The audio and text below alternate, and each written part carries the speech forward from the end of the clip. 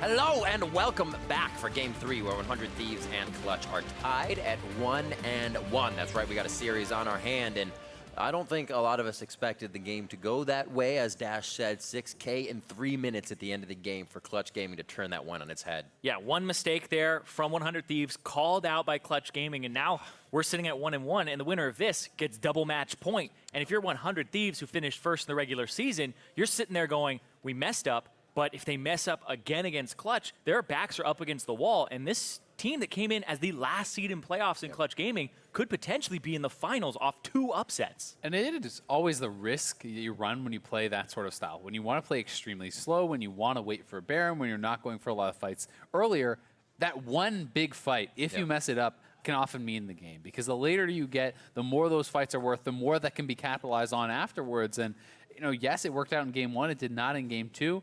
Interested to see if 100 Thieves wants to play that same slow, measured style, or if they want to try to pick up the pace a bit, because that feels like that's where Clutch is comfortable. And at the same time, also very interested to see where they're going to go with the Cho'Gath, because Ssumday has been consistently getting advantages in that 1v1 in the top lane over solo with that Sion, taking turrets, pushing him in, and that's something they might want to change. And speaking of changes here, in this best of 5, we saw Clutch Gaming previously up against TSM change things up constantly and then take the advantages that were working for them before and just keep using them. And we've seen Prolly as well kind of do the same thing for 100 Thieves. This is the first best of 5 that we're seeing this team in ever. And so we want to see the adaptations here. We've seen that Clutch can do it, but we need to see on top of it what 100 Thieves are going to be able to do with it. Because I think their comps have been smart. I think it's been the play around it that has been their demise in that game too. So I wouldn't change too much if I'm 100 Thieves, but Clutch, on the other hand, I would try to disrupt the plan of 100 Thieves. Now, is that plan too? Because I remember we were talking about, you know, the Cho'Gath is providing a problem. Ssumday is able to just basically do whatever on it, but they gave him Olaf Cho'Gath twice and focus the bottom lane. Are they saying that's all right, or is it still something we feel like they may want to nip in the bud? I still feel like it's not right, because regardless, you won that game, right? But it was still uphill battle there. The Cho'Gath was taking turrets by himself. The inevitability that he might take more was on the horizon, and so I think it's still something you really just shouldn't want to see. And I mean, it's 2 games in a row that he took a solo turret, you know, 1v1, first turret in Game 2, was almost first turret in Game 1 as well. Like, that is a pretty costly deficit to just accept you're going to give up every single time. So I would be interested to see if Clutch is going to try to grab that Cho'Gath a little bit earlier, perhaps, or try to take it away from their opponents. And, well, we will find out right now. Tulia and Rise knocked out by Clutch Gaming, as we have Thresh and Azir getting that out from Febiven. We said the plays could be made, and definitely puts them on the board last game. And right here, 100 Thieves, they banned GP in the last game, or I guess in Game 1 when they were blue side. And GP was banned by Clutch there, so yes, it's the same bans for 100 Thieves. Clutch Gaming would have to ban Swain here if they wanted to have exactly the same bans as last time. Pain in the Swain. Looks like there is the Caitlyn for Cody Sun. He feels a little bit better. Still actually not playing up to kind of regular par for the course, I'd say, for himself. We saw the nets backwards in his first Caitlyn game, and a little relying on aphromoo a little more than usual, but it's back to the Ashe as well for solo, so we're going to get this replay here from the bot lane. This is different, though, because so far the picks and bans have been exactly the same as Game 1, except right here, Clutch picked Trundle, and then 100 Thieves picked Olaf Orianna. So they're taking away the Orianna here themselves after banning out 3 mid laners plus the Azir from 100 Thieves from before. I like these mid laners saying blind pick it. That's all right. We know I can play against this guy. He can play against me. We can blind pick the matchup and make it skill. Meteos does go back for his 3rd Olaf game. And with that Olaf being locked in, there's certainly the possibility of going back to the Trundle jungle here, I think, which would be a pretty nice option there for LirA. It does make it a little bit less aggressive, but Cassio getting locked in for Ryu would mean a bit of a mid lane advantage, I think, for Febiven. Can be a pretty tough matchup. Ooh. They've been trying to stop Ryu from roaming, though. The rise, Olaf Galio. Bans, just trying to make sure that he can't leave the lane, and this Galio is something that we really don't get to see a whole lot anymore. It comes up every now and then, but with the bans on the table, yeah, they're going to pick it up, and this will give Ryu side lane pressure. And you really can follow up on Meteos diving deep. You pop the Ragnarok, you pop the Predator, you're running from the backline. When you have low mobility carries like the Orianna, like the Ashe, who did not have their move blocks, if you can get in on top of them, bring in the Galio, that can be very, very tough to deal with. And it's not going to be LirA on the Trundle. He will go back to the Skarner. He won again last game. Was not the most dominant performance by any means, but that did move him to 6-0 on the champion. So still undefeated, looking for 7 straight wins here. He wants to get that Skarner tax back on him. Yeah. Every game. He's trying to surpass Captain Flowers. Has Captain Flowers ever won 7 games in a row on I don't know. Skarner? Maybe.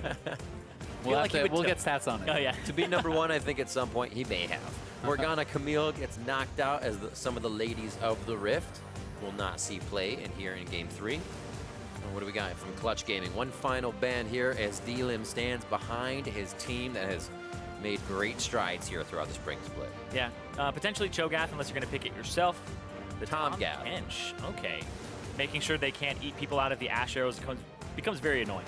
We might be just setting up for the exact same top lane matchup again, because this is where Clutch has been drafting the Scion blind, and then 100 Thieves has been responding with the Cho'Gath. Clutch could just go blind Cho'Gath, but I think Ssumday is a player who's more likely to try to counterpick that. We've seen the Darius. Exactly. He can play some of the more aggressive picks like Jace and these sorts of things as well, which can give that problems. So I wouldn't mind seeing the adaptation from Clutch, though. I do think you don't want Solo to just be kind of like auto-losing his lane every single time. Yeah. And now that if they pick this here, it means they're going to be blind picking their support for first time on red side here. And yeah, Clutch, they're going to give up Hakuho's pick to protect Solo, who's been losing that top lane matchup, like you said. The Alistar is a bit interesting to me, though, because when I look at the 3 champions on the board right now, it doesn't feel super compelling. It doesn't feel like there's any champions that you're really, really looking for. And as you said, Braum is still available, so you can get a tanky support, which can make it more difficult for the Alistar. But we'll have to find out. I mean, it's a lot of CC, certainly, on the team here from Clutch. And while the QSS tax may be paid, there's Ashe Arrow, there's the Alistar combo, there is the Skarner stun plus ultimate, so you can't QSS everything. I love the Cho'Gath in that pick. You just chomp down on Alistar if he comes in. It can't be Scion now. Like, you have to think that Clutch is not just going to switch up their order and then just pick Scion into this losing matchup again. So I'm expecting some sort of an adjustment, but the question remains, what do they actually look for? Do they have the confidence in Solo to play, one of these tough matchups? And it is going to be Gnar, but I've got to say, I've not been impressed with Solo's Gnar this season. One of the reasons is simply, if you're not going to play around Solo, as Clutch Gaming never does, then this is not a champion that is scaling as well, right? If you're just going to allow him to sit in lane and get picked on and lose lane, the Cho'Gath is going to be worth more in the game later than that of the Gnar. Gnar needs to be winning matchups, needs to be pushing in and bullying out lanes, and we'll see if Solo's going to be able to do that or not.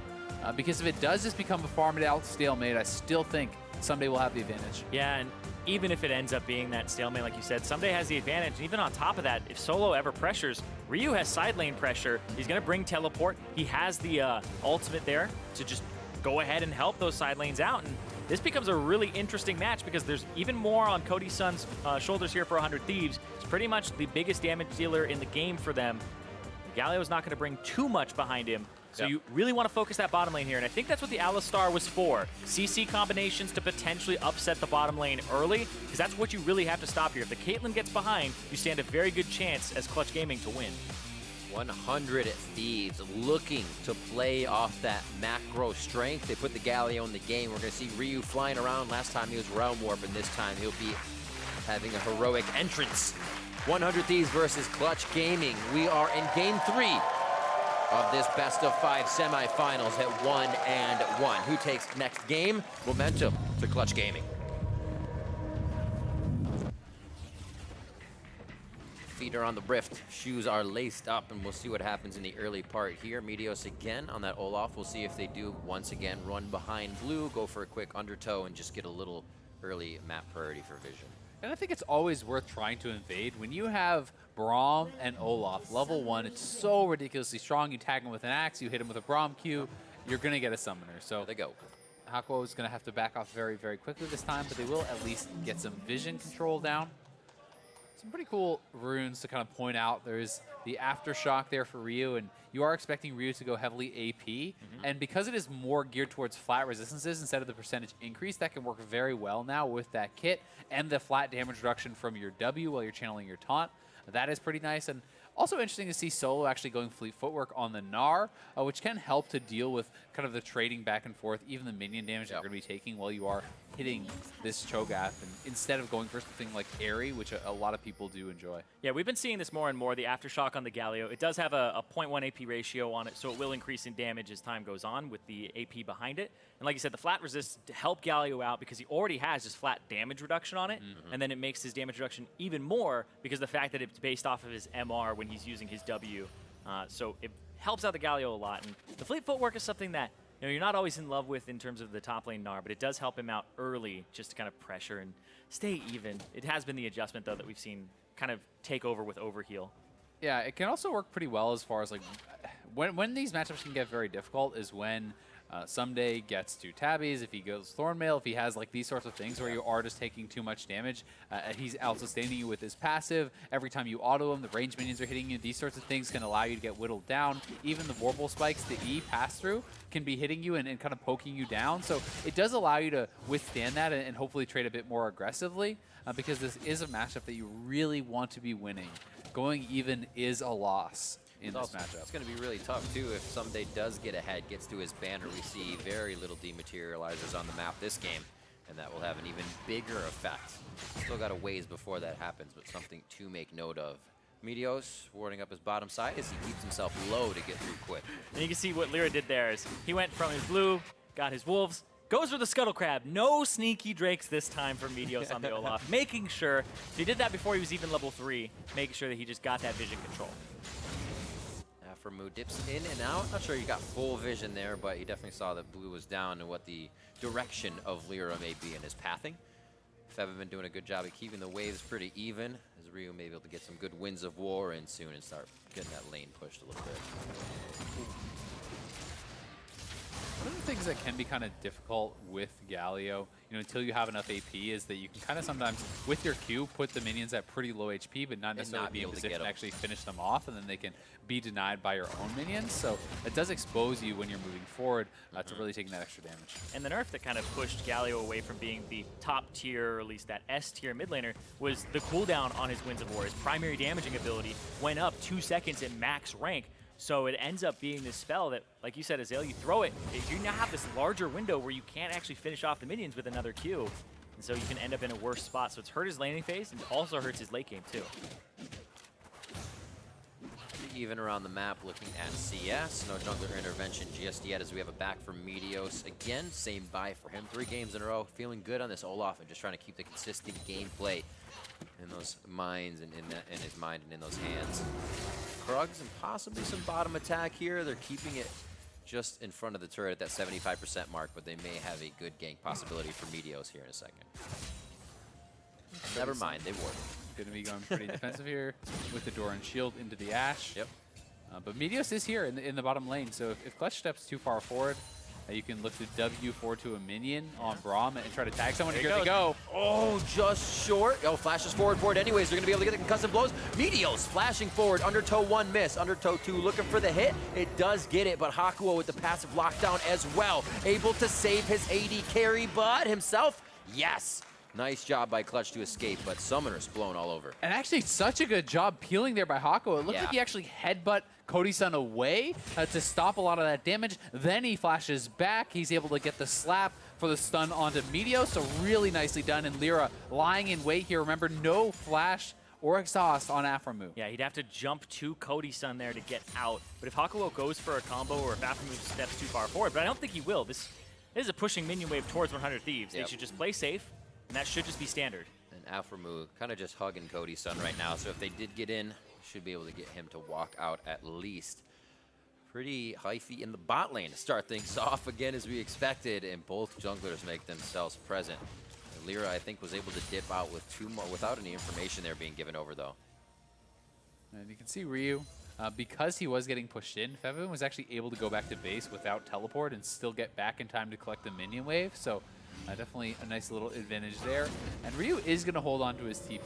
He likely should be back. He won't really lose much, but having that teleport adds so much additional threat in the side lanes. It makes it very hard for someone like an Alistar to play more aggressively, especially as you hit level 6, and there's the threat of TP into the Grand Entrance. That's what Ryu likes to play for, and kind of what Febiven's stats say that he doesn't play for, right? He has large CSD for himself, where he likes to push the lane, doesn't like to roam a whole bunch, and more focuses on the lane. So they've been banning the Taliyah and the Ryze away from Ryu in this match, trying to make it so that he can't actually roam or out-roam Febiven, but he has that Galio now, which with the TP and the Hero's Entrance, he'll be able to accomplish. So it's kind of on Febiven to either pressure him enough to keep him in lane or get the roam advantage first. And that's almost always, I think, what Febiven is going to do is just try to pressure his opponent in lane and not roam. He's actually, I believe, the guy with the lowest forward percentage of any of the mid laners. He does not play on the enemy side of the map very often. He likes to stay in lane. He likes to say, all right, you're going to roam. Well, I'm going to punish you and get a guaranteed CS advantage. I'm going to whittle down your turret. I'm going to be strong later in the team fights, and relying on his team to sometimes get out of those plays and kind of avoid the enemy mid laners' roams on their own. And people usually come to him. Sometimes Hakuho with advantage will come towards the mid lane and try to set him up. But it usually has been pretty quiet around the mid lane for him. Even when he was up against Bjergsen, he was able to neutralize pretty much all of the matchups he's had or have at least a winning lane for himself. Oh, Apollo, Afro's behind him. Yeah. Minion wave. He's going to miss it just in time, so he can slalom himself to safety for a moment. But this is actually making Apollo feel even more safe. But then he thinks, why is Cody Sun still there by himself? That's flash down. You got to remember from the last play, 1 hit, 2 hit, 3 hit, and that's going to be some nice gold to be picked up by the bot lane of 100 Thieves, playing safe and secure.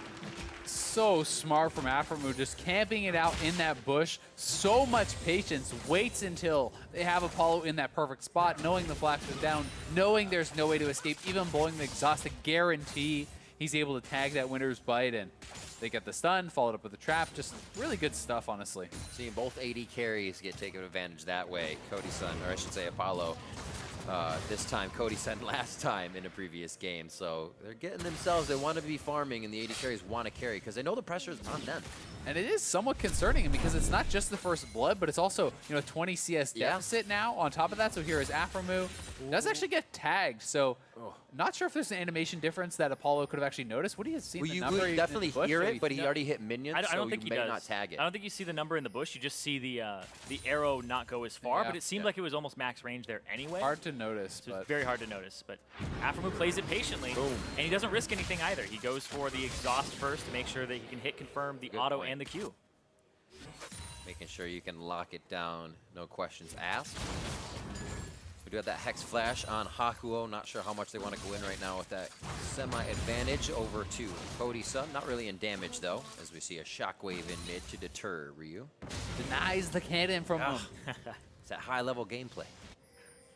But he is edging out a pretty nice CS lead here, right? You can use that Shockwave fairly liberally in laning phase. You see Ryu moving down to the bottom side of the map, though.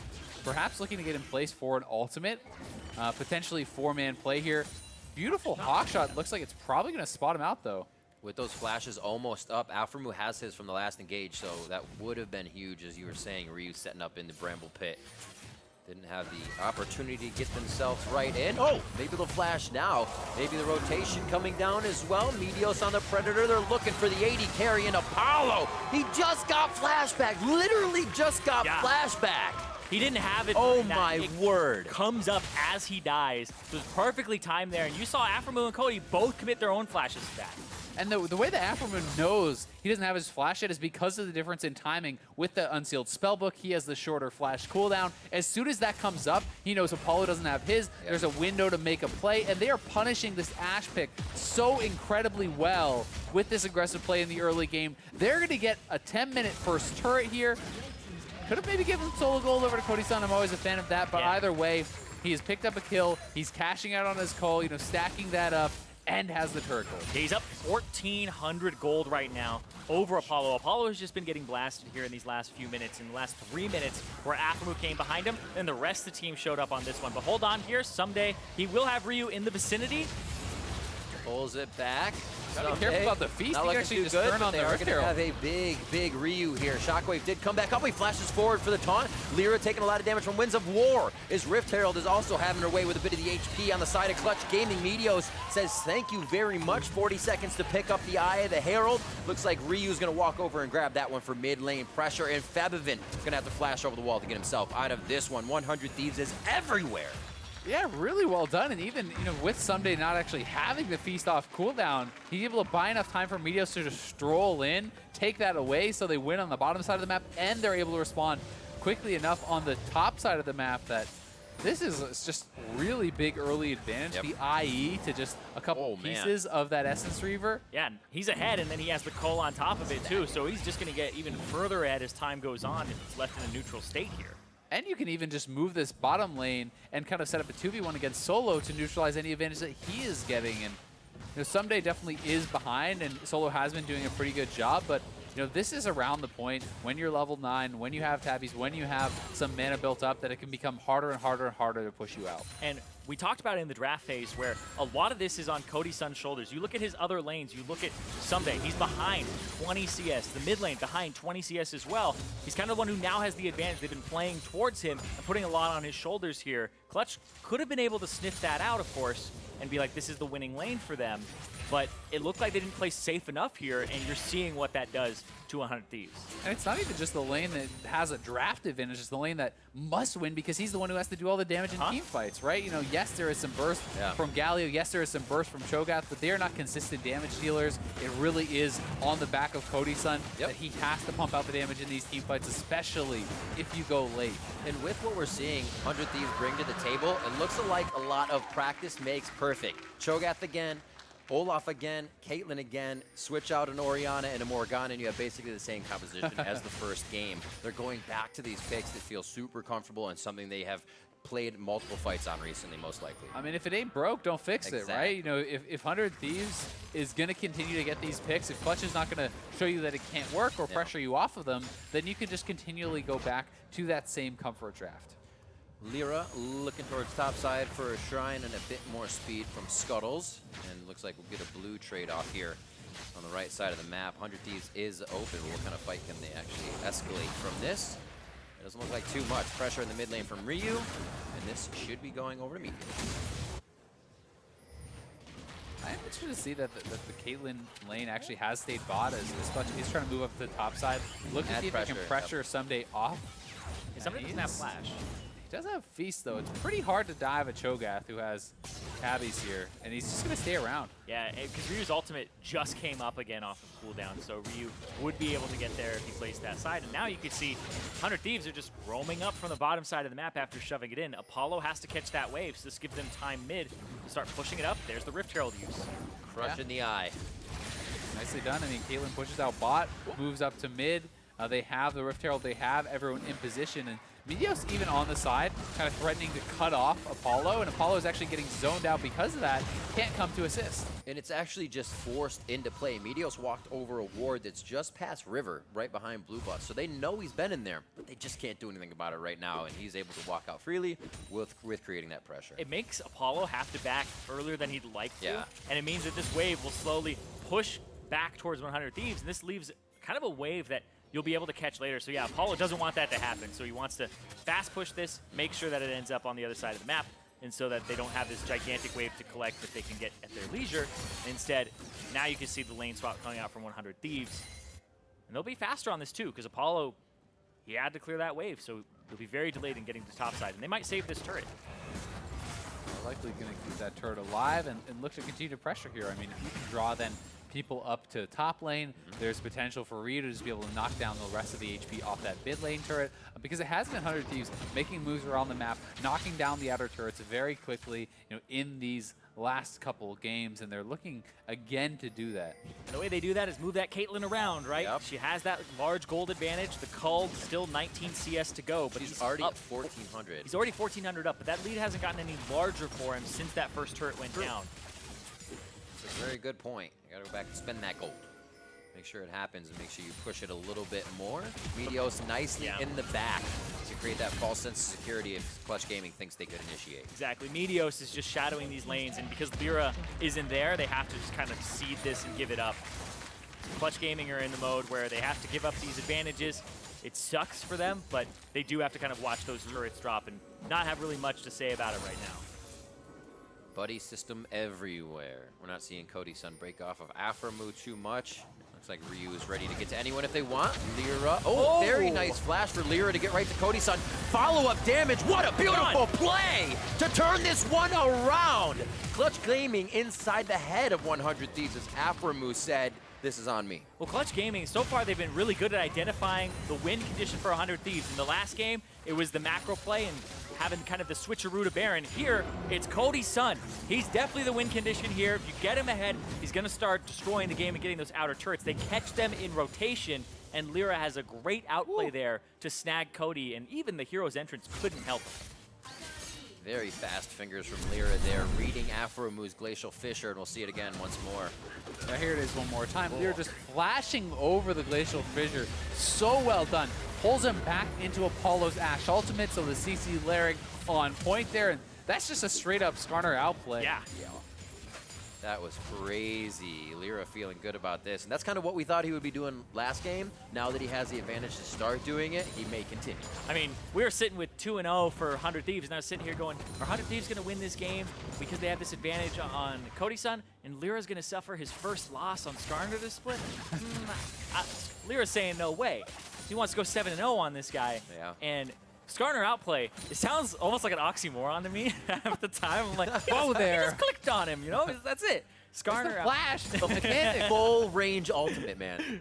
But it is very true, though, right? I don't normally think of Skarner as somebody who has like high outplay potential, but LirA there definitely outplays Cody Sun, who had Flash the whole time. And that's kind of the fun ability that is Flash, right? There's always a chance to kind of outplay your opponents with that summoner, and that is why everyone really takes it at the pro level. Yeah. I mean, even Olaf these days are on Flash, right? No one is really using Ghost anymore whatsoever because the ability has so much utility for dodging, for aggressive plays, for defensive plays, going over walls, etc. So utilizing it to its fullest. We're all amazed. Captain Flowers is like, I told you. That's how it works.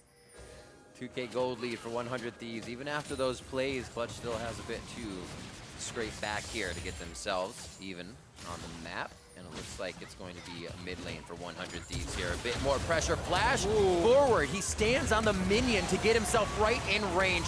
Beautiful plays left and right. If Clutch has 100 Thieves has to make one happen. Here, though. They may have put themselves way too close into the fight. Meteos goes down after he gets impaled and dragged into the turret. And Clutch Gaming was able to say, no, this one's ours. Well, they just won that fight, and Apollo's in the side lane. He wasn't there. He was shoving the whole time. He got the top turret. So now Clutch Gaming, they're going to start looking for even more objectives here because the Ocean Drake is on the table too, so that's a big fight. Yeah, 100 Thieves didn't feel like they could respond perhaps to the Ashe. They feel they need to make a play right now to try to punish that. They do get the kill on Febiven, but the turret is still alive throughout that entire fight, pushing out a lot of damage there. And as the rest of the team collapses, Solo especially going Mega Gnar was huge to be able to kind of scoop aphromoo back into the turret. Oh my word. Getting Ssumday. Someday. Put a grab on the Drake, gets himself out alive. Ocean and Cloud Drake for them now as we see this mid lane. Watch Hakuho right here, the response. The headbutt pulverize onto 2. Cody flashes away, so now he doesn't have any way to really contribute to this fight. He starts hitting Solo, hitting the turret, and even there, that forced Meteos to flash in, so he doesn't have it to get out. So Hakuho hitting 2 people with the headbutt pulverize changes the amount of damage that ends up on Febiven, keeps him alive for longer, and then allows the turret to deal more damage during that time. See where the movement is. Everybody resets, spreads back out. We already got top laners in the bot side. They haven't gone back recently as they duke it out back and forth. Solo now 1-0-1 on this Gnar. They're still going up against the Cho'Gath, but it feels like he can do it. Just now in a different champion. And now is the prime time for Clutch Gaming to use something like Solo's Mega Gnar plus Flash, or even Febiven's ultimate onto Cody Sun, because he used his Flash in that last fight, and the Baron just spawned. If you can win a fight here by catching the primary damage dealer on 100 Thieves and making sure that he drops, then you're going to be able to maybe pick up a Baron or quite easily, unless, of course, you know, Ssumday shows up again. That feast, yeah. It was. As a jungler, that ability kind of tilts me. Like, my identity. I'm supposed to be the one contesting another jungler. Oh. Ooh. So he tried. He he knows what he needs to do. Does he have ultimate hat? Just cooling down. Yeah, no, he doesn't. Just cooling down. Unfortunate then. From the mid lane turret, probably going to go down here. Meteos flexes the muscles. They can't handle it. They back off for now. LirA doesn't want to get the Ragnarok impale down. And we're going to see where they go from here. They say, well, wait for the wave. We're going to add this pressure to see if we can pull Clutch Gaming to the mid lane. And it's worth pointing out that, again, 3 games in a row, we are in this pretty measured state as they are looking for aphromoo. Ooh. The ones, the twos, everything's just a little too short, but the impale is not. LirA makes his way there with some exoskeleton speed, and they are able to drop aphromoo. It's a really nice kill for Clutch, but again, this game is starting to feel like it's one of those games that is going to come down to Baron. Who gets the Baron? How does the fight go around that? Because when both teams are playing fairly risk-averse, when both teams are playing very patiently and solely, you put the game in a state where one team fight decides it. Yep. That all-important team fight, whether it's 25, 30 minutes into the game, is likely going to mean more than just the win. It's going to be the Baron. Ooh, Ragnarok onto Hakuho. They say this is true damage as he swings recklessly. Taken down. Hakuho, the supports finding themselves a little hung out to dry right now as we lose both in the last few minutes. Yeah, no way to get out of that either. When Straight to Baron. Olaf is on you, yeah. Now they had Ssumday this time. This is the reason Clutch Gaming was able to pull 100 Thieves off. They caught Ssumday just a little short of the Baron pit. Now, with Hakuho down, they're going to pressure. It's a 5v4, and Solo's Gnar just expired, so this is going to be tough to take. Ryu's behind them. They're going to go for the flank. Oh, the triple taunt! They got the priority target of Apollo. Damage doesn't even need to be done. The turnaround from Febiven, the arrow hits. It's going to be on to Meteos. Oh, Cody Sun has to flash.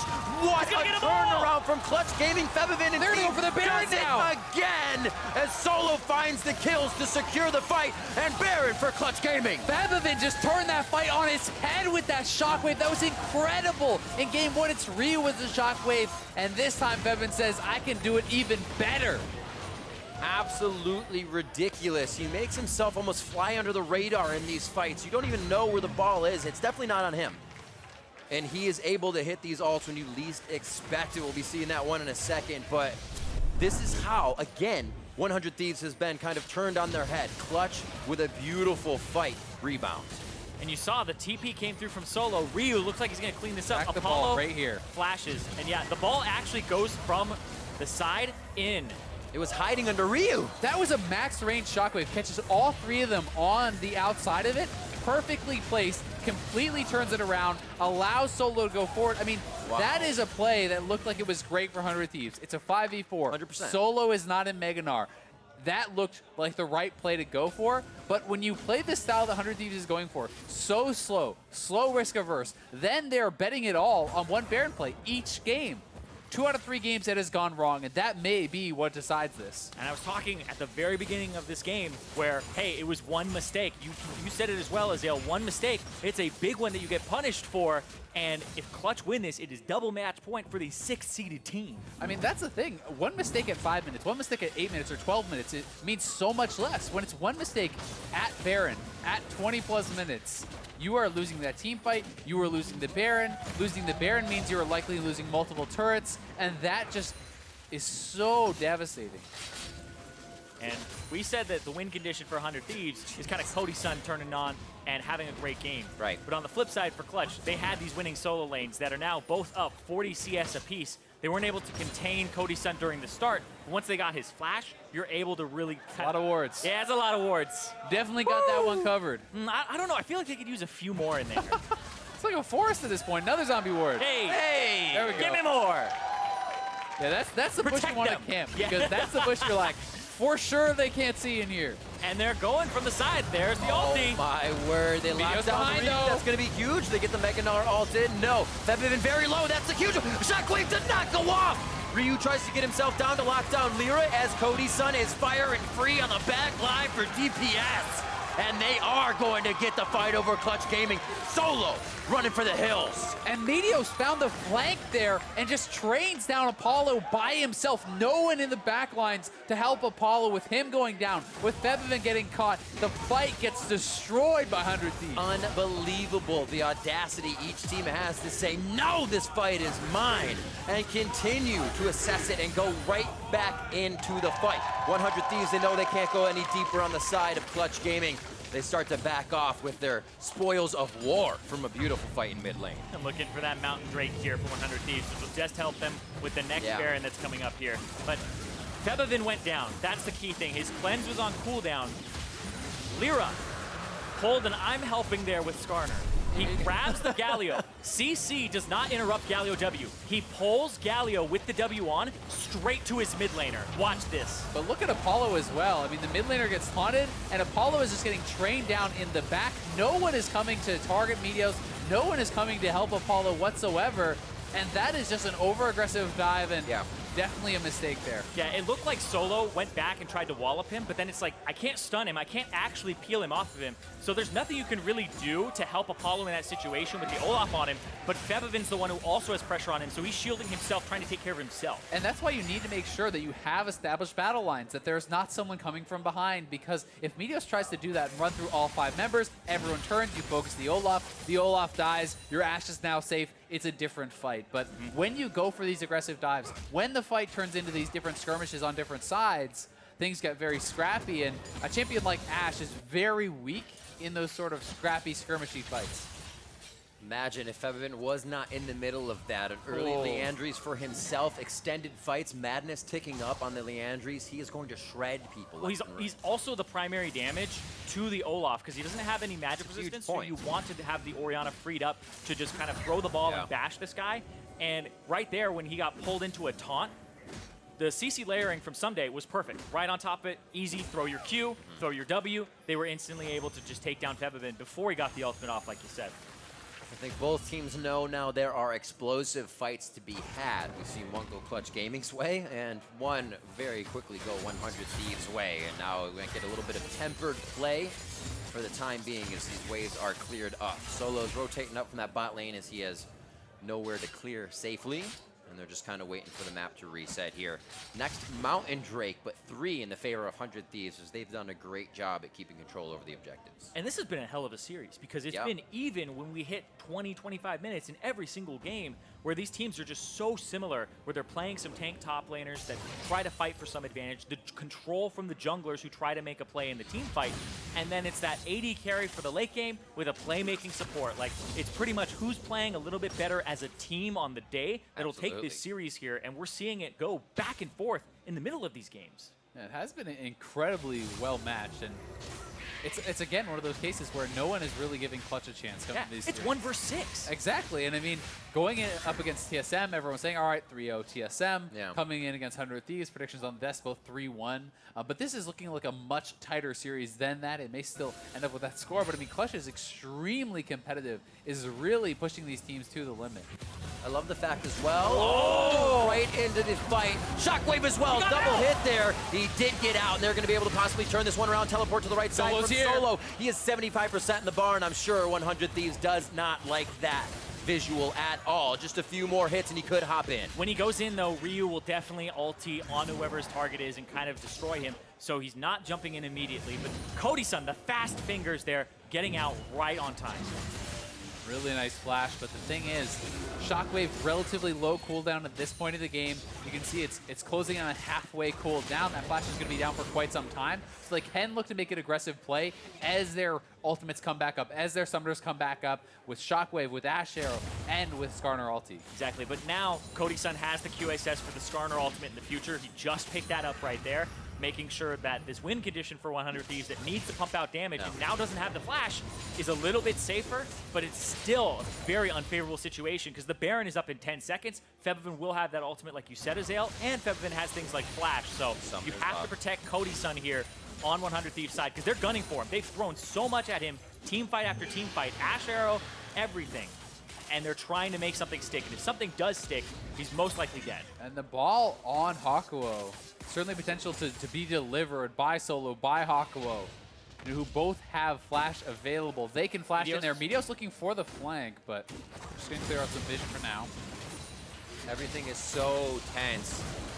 Ultimate coming up. They only have Ssumday in the eyes of Solo, so they're not going to look to flip that one around. Like you said, Ryu could just go in as well and negate a lot of that damage as they jockey for position in this mid lane. But more so, it's heading up towards that Baron, waiting 1 minute for this Drake. It's also why Ryu is trying to stay not in front of them, so they cannot interrupt any potential ultimate coming in. He needs to stay a little bit off to the side, be in range of that ultimate though, and for now, he's going to go get those sideways pushing. You can see both bot and top are going to be pushing now. 400 Thieves. And that is something that Clutch is going to have to answer, but there's no teleport on Febiven. There's no teleport ready on Solo.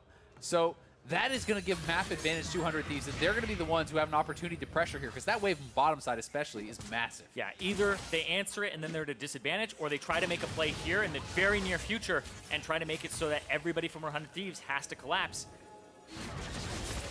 And they just keep pushing and fighting for mid-priority here.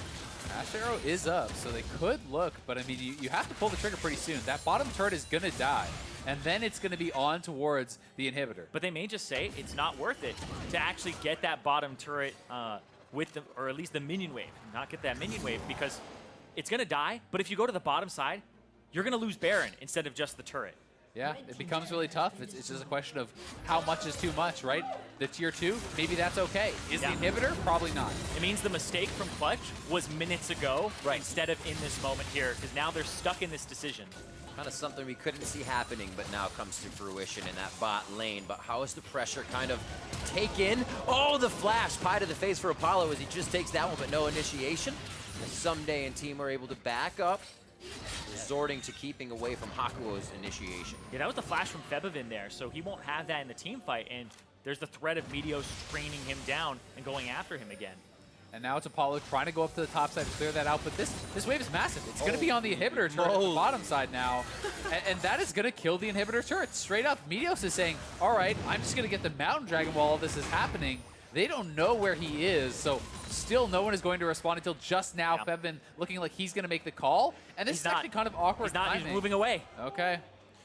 Ooh. They don't know where Meteos is, so they don't feel it's safe to go do this, because if Meteos is over by Baron, they could just be losing this. But I mean, are they just going to lose like an inhibitor? You know, Isaac, you said earlier, these games that kind of go even back and forth usually come down to a Baron, and that's exactly what this looks like, but due to different circumstances, as 100 Thieves are just kind of working the map without being there. Well, they're going to be okay on Clutch Gaming side. That turret's not going to go down. Right. The fact that the cannon minion spawns for them, and then it's all the way now at the tier 1 turret for, or tier 2 turret for 100 Thieves, meaning it has a long way to go. So they have a minion advantage on their side that'll push out now for Clutch Gaming. Oh.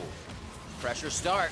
Ball move continues the damage onto Baron, and we are off and running. The jockey. They're just trying to bait. Happens. Ultimate comes in. They are turning for the fight. They grab Cho'Gath, knowing the fight's on the backside, and they're able to damage down Ssumday, but he's doing a damn good job at staying alive. They're onto Solo now. Hakuho still has Cody Sun. He might be able to defy a bit of that. And Cody is not able to get these shots in. Now setting down some traps, waiting for the shockwave. He is just outside on the edge. A 3-man pulverized. Hakuho gives his life up for possibly. Ssumday reaches back Gaming to get in. Ssumday looking for the chomp, finds Apollo rather, and they are going to be into the fight. Now they're onto the Baron. What a back and forth from Clutch and 100 Thieves. And Ssumday got out of the fight with just a sliver of health, but he has the Warmock. He heals back up. He comes in for the flank. They will get the Baron, and they have minions mid. They can actually just march down and knock down an inhibitor. I mean, these are some long death timers. Looks like they're going to back fast, reset just for a second, but be right back in the face of Clutch Gaming. What an extended dance in the mid lane to then get the upper hand. Here it is again. And Clutch Gaming, they don't play a risky game. This is a Baron bait, not a Baron attempt. They know that Ssumday can steal it, but Hakuho on the side gets disrupted for so long that him actually locking down Cody Sun is no longer a reality in this fight. Cody Sun starts coming in after, and Ssumday was able to live for long enough. Ooh, and that shockwave missing is really the game changer in that fight. If Cody Sun gets tagged there, he could have gotten bursted down, and you know, I don't think Clutch were expecting to lose the 4v4. I think they were making the bet that, hey, if Hakuho keeps Cody Sun out of the fight, we win the 4v4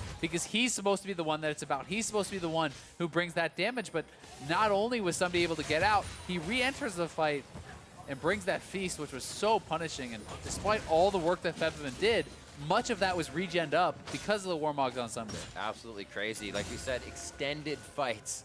And like it's going to favor that Warmogs. The chomp in gives them a bit of damage. We're searching about the 2,500. It's those impact plays that Ssumday's making in these fights, though, that are really counting. 12-7, 35 minutes in. Now on the outside of the base as they go around the horn. One of those inhibitor turrets inhibs is down. Now they're going to go for mid. Remember, they have double Mountain Drake here for 100 Thieves, so Yep. these turrets pretty much are like butter, or knife through a butter, I guess. Only Hot do that knife? one more time. Hot knife through butter. There we go. There it is. Third tries the chomp. There you go. You can see Solo building towards that Blade of the Rune King, trying to have more relevance in the 1v1 against Ssumday. It becomes so hard to pressure a Cho'Gath who's this late into the game, becomes this strong, and they can just march it up. You can just tank this straight up as Ssumday. Sweet traps from Cody Sun. Love it. Everybody's got something different. Sometimes 3 in the back, 2 in the front, on the outside, straight line. Beautiful. For Clutch, it's all about the engage. You need a Shockwave combo. You need to find the big Mega Gnar. If you do not get that, you will lose the fight. But there's always an opportunity, and Solo is looking for it, but the Mega Gnar is timing down. 100 Thieves are aware that that is their window.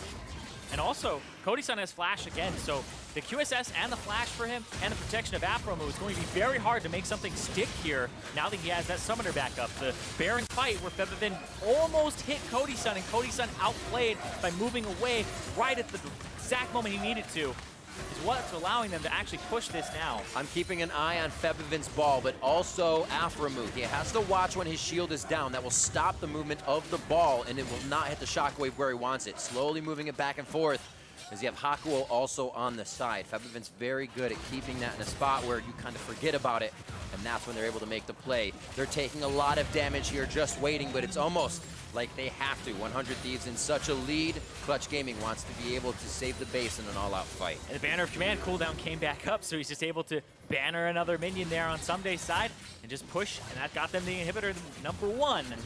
Looking for #2 now because they still have 20 seconds on this Baron. And again, Solo's ultimate will time out. He's going to be out of Mega Gnar, and I don't think he can fight without that. So should be another inhibitor to 100 Thieves, and they can just look to back off. The annoying macro game from 100 Thieves. Yeah. Courtesy of Crawley and the team. Just pulling Clutch Gaming apart here. And that's kind of been the difference in the series. When they get the Barons, they get them a little bit easier because of the fact that their macro seems to put more pressure on the enemy. The pushing bottom wave, the fact that they put Clutch in a decision, kind of a lose-lose, and then Clutch even loses the fight on top of it, means that 100 Thieves, they are sitting pretty now with this big lead, the 7,000, 6,000, where they're up now. Talked about a few times, maybe getting that Cho'Gath out, but also looking for something for Hakuho for those plays. Brought out the Karma, played well against the Morg. We were a little thrown off for the Alistar pick in there as well. The order as well was a little interesting too. It just looked like they banned Camille because they thought that Ssumday would blind pick Gnar, and then they wouldn't have anything to really answer that. So there's just, it's honestly a really tough team to engage into as an Alistar. Absolutely. It's like who you really want to combo. Well, it's only Cody Sun, basically, or everyone if they're all grouped up or something. But I mean, there's not a lot of good targets here for him, which makes it a very tough game. But he still has had some pretty nice team fights, even just by punching Cody Sun out of the fight, trying to delay and buy that. But that only works if your team is winning 4v4. And as of now, they are not. So we'll see if Clutch can kind of hold on and delay this and a lot as 4 Dragon Elder is up. Exactly. They could get this 4 Dragon Elder here. Whoa. Oh, that's a great use of the Galio E, the back step. Little shuffle. In the forward there. Just electric slide. Style in there. Solo transforms though. And the game of the game for Clutch Gaming is get the Cody. See if they can actually catch Cody Sun here, because everybody else's health bars are at like 3+ ticks. It's like, get the guy who only has 2 large bars there, try to burst him out. The one squishy on the team. Apollo. Reaching him is an issue. Oh, yeah.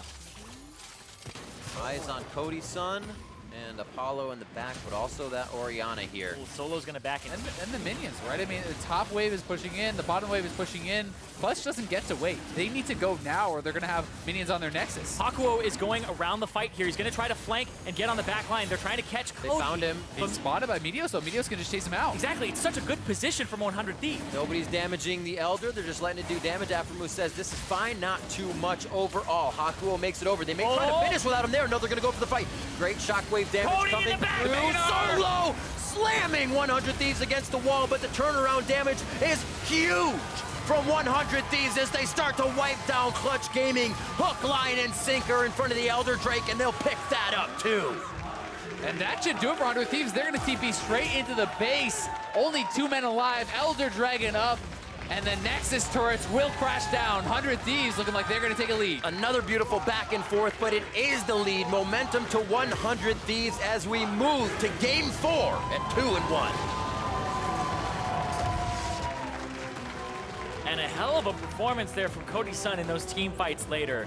Dodging multiple abilities that are just gunning for him every single time, very aware that he needs to position correctly. That has been one of his biggest strengths as a player, is not dying, making sure that he's in the right position. And with a team that's backing him up with all of these beef balls, it's pretty easy to do, but he does make it look even easier than that. And honestly, I mean, this third game, I think, was the most back and forth, was the closest and most hotly contested of the series so far. It was not just decided, really, it didn't feel at that first Baron. And honestly, Clutch really had control of this game for a small amount of time, but that one mid lane play where they get flanked, where there is the Skarner pulled the Galio on top of his mid laner, it felt like that team fight is really what kind of messed it up, what ended it for Clutch, and 100 Thieves just never gave them another opening to kind of find that perfect shockwave, to find that big fight. It's like 100 Thieves always find these little really feel-good things. I'm Morgana, I'll steal your Drake. I'm Ssumday, I'll chomp your Drake. These little things that just kind of heighten them up in confidence in the game, and it seems to really pull through when they need it. So to find out how 100 Thieves closed out Game 3, let's hear from the State Farm Analyst Desk.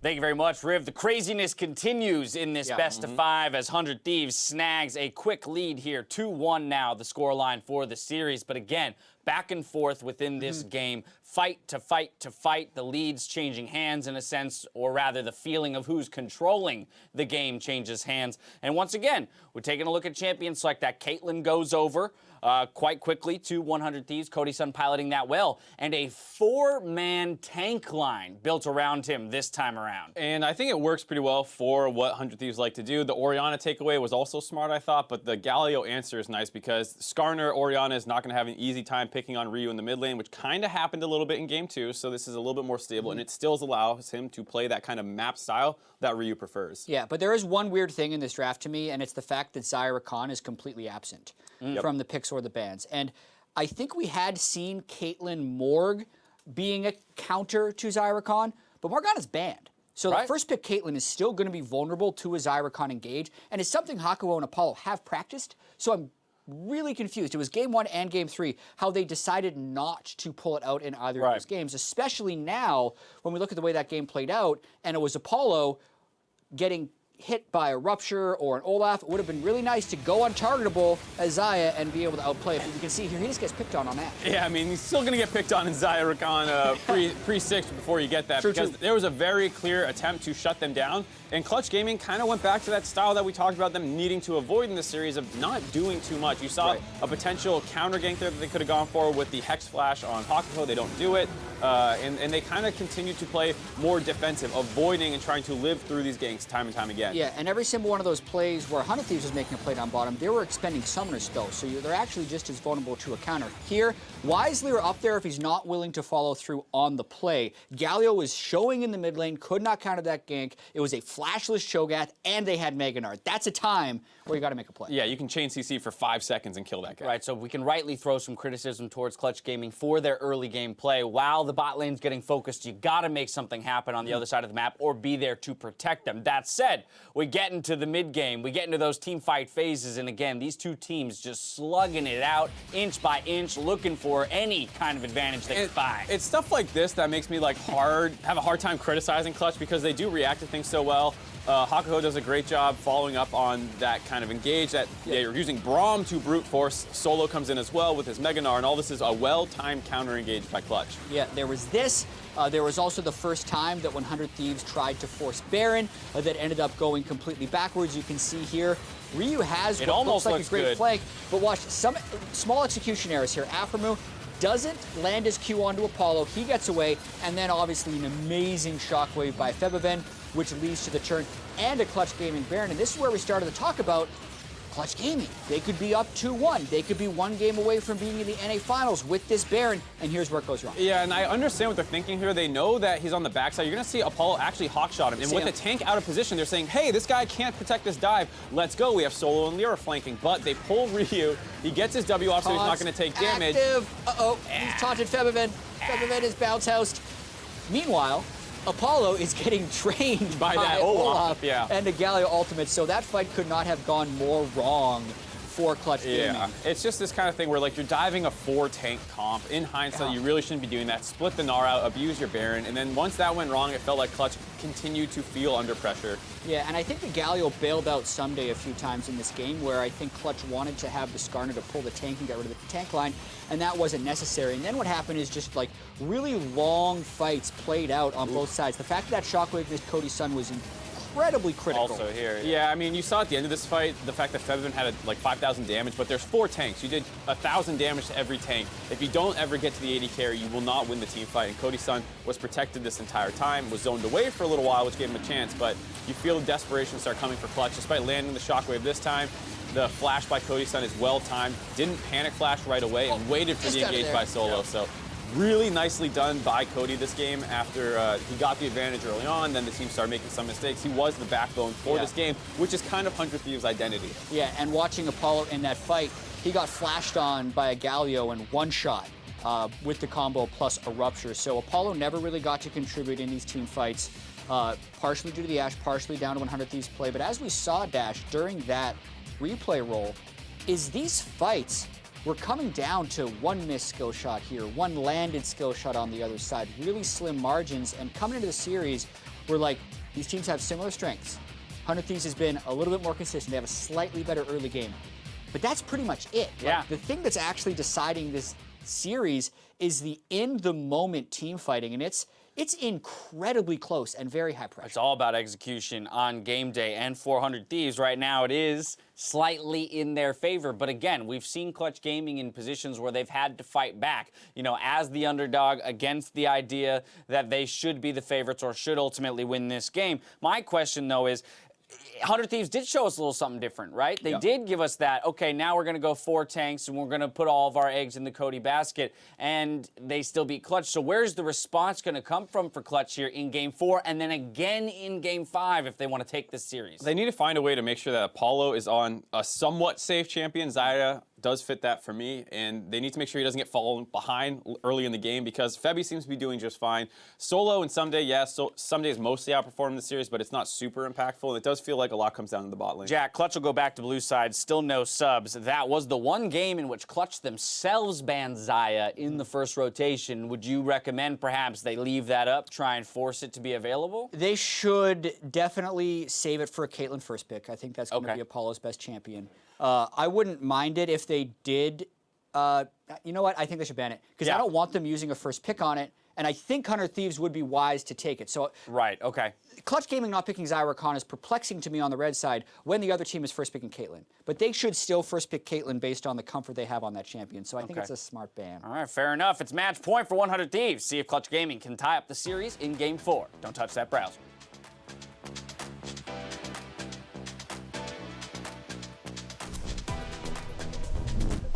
Take off your pants. Ain't no time for talk.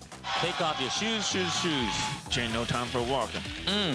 That's flash down. You got to remember from the last play, 1 hit, 2 hit, 3 hit, and that's going to be some nice gold. Ryu's ready to get to anyone if they want. LirA. Oh, very nice flash for LirA to get right to Cody Sun. Follow-up damage. What a beautiful play. It's going to be on to Meteos. Cody Sun has to flash. What a turnaround from Clutch Gaming. Febiven and They're for the Baron now. Again. Orianna. You going Orianna? Orianna dead. Orianna dead. Wait. Get front line. Skarner. I'm joining. Yeah, go. Orianna pass. Dead. Nice. Orianna. Great shockwave damage coming through. Solo slamming 100 Thieves against the wall, but the turnaround damage is huge from 100 Thieves. Welcome back to Assist of the Week.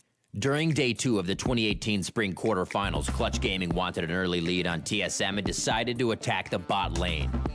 Hakuho started off with a beautiful Lantern Express and continued to hook and pull TSM in to secure the double kill. Hook comes through, and now both TSM bottom laners gonna be in some trouble. Spin still trying to walk away from this one, but Apollo's got the damage. One more auto attack should do it. Can he find it? It's Hakuho who rips the soul right out of him.